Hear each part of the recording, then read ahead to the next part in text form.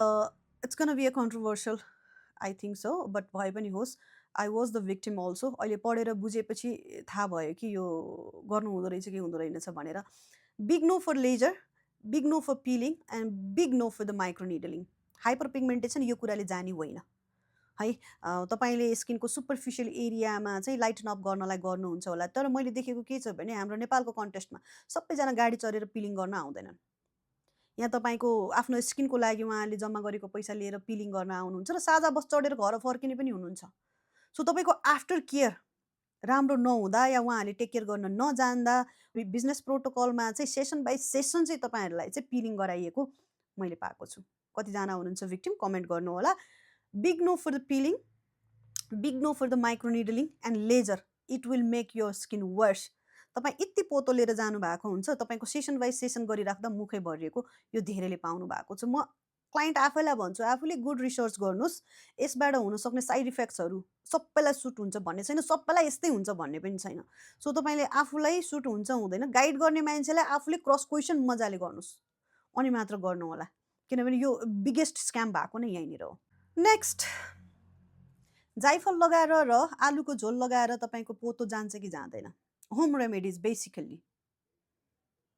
तपाईँले मासु र भात मुछेर पेटमा राखिदियो भने तपाईँको पेट भरिन्छ? खानुपर्छ. भित्र गएपछि तपाईँको कम्प्लिट डाइजेसन सिस्टम हुन्छ, डाइजेस्ट हुन्छ. त्यहाँबाट तपाईँको चाहिँ त्यो कुराहरू डाइजेस्ट भएर त्यो एज अ तपाईँको चाहिँ आउटकम ग्लुकोज आउँछ. Glucose is last form of the your food. अनि तपाईँको इच एन्ड एभ्री सेल्समा जान्छ. That's how it work. As an clinical nutritionist तपाईँको बडीको चाहिँ अर्ग्यानमा चाहिँ skin is the last organ जसले तपाईँको बडीबाट तपाईँको बडीले डाइजेस्ट गरेर निकालेको सोर्सबाट आएको हो. जुन भाइटामिन्स हुन्छ तपाईँको छालाले लास्टमा पाउने हो.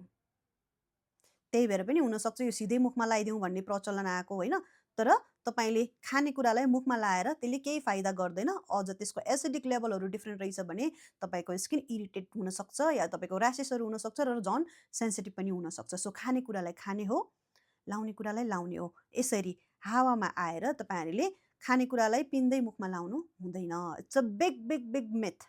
एउटा बिगेस्ट मिथ छ जुनलाई मैले सोसियल मिडियामा देखेको हो. डायटले हाइपरपिगमेन्टेसन मलाजमामा हेल्प गर्दैन भनेको सुनेको छु. That's a biggest myth. अर यो बिजनेस प्रोटोकलमा बोलिएको हुनसक्छ. बिकज हाइपरपिगमेन्टेसनलाई तपाईँले एन्टी इन्फ्लामेटरी डायट गर्नुपर्ने हुन्छ, बडी डिटक्स गर्नुपर्ने हुन्छ.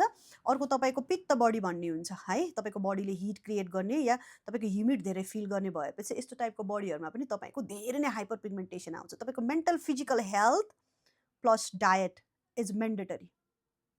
तपाईँको टपिकल क्रिम ओरल मेडिकेसनले मात्र कहिले पनि तपाईँको हाइपरपिगमेन्टेसन चाया पोतो जाँदैन. त्यो एउटा बिगेस्ट मिथ छ. यो इच एन्ड एभ्री पर्सनले चाहिँ यसलाई ट्रुथ मानिराखेको छ. तपाईँको जति पसिना बगाउनुहुन्छ जिममा, जुम्बामा या एक्सर्साइज गर्दा त्यति धेरै पोतो क्लियर हुँदै जान्छ. नो, तपाईँको बडीमा हाइपरपिगमेन्टेसन क्रिएट गर्ने अर्को एउटा फ्याक्टर या बढाउने अर्को एउटा फ्याक्टर भनेको ह्युमिड हिट, कुकिङ हिट या तपाईँको एक्सर्साइज गर्दाको हिट या तपाईँले पिरोहरू खाँदाखेरि तपाईँको फेसमा चाहिँ आउने सेन्सेसनहरू, यिनीहरूले पनि हाइपरपिगमेन्टेसन चाया पोतोलाई चाहिँ बढाउँछ. र अर्को एउटा कुरा, चाया पोतो बढाउने चाहिँ तपाईँको स्पेसिफिक यसको चाहिँ रिसर्च नभए पनि अर्को यो कोर्टिजोल हर्मोन्स, यो स्ट्रेस हर्मोन्सले पनि तपाईँको चाया पोतो बढेको या एक्सप्यान्ड भएको देखिएको छ. भनेपछि जब तपाईँ एकदमै हाई इन्टेन्सिटी वर्कआउट गर्नुहुन्छ तपाईँको त्यति बेला कोर्टिजोल हर्मोन्स क्रिएट भइराखेको हुन्छ, stress hormones, because you are tend to do it नि, राइट. अनि त्यो पछि तपाईँको बडीले ह्युमिड पनि फिल गर्छ, हिट पनि फिल गर्छ. कतिजनाले फेस गर्नु भएको होला र यो एक्सपिरियन्स पनि होला कि तपाईँ चाया पोतो जान्छ भनेर एकदम एक्सट्रिमली हाई इन्टेन्सिभ एक्सर्साइजहरू गर्दा या जुम्बाहरू गर्दा तपाईँको चाया पोतो बढ्दै गएको हुनसक्छ.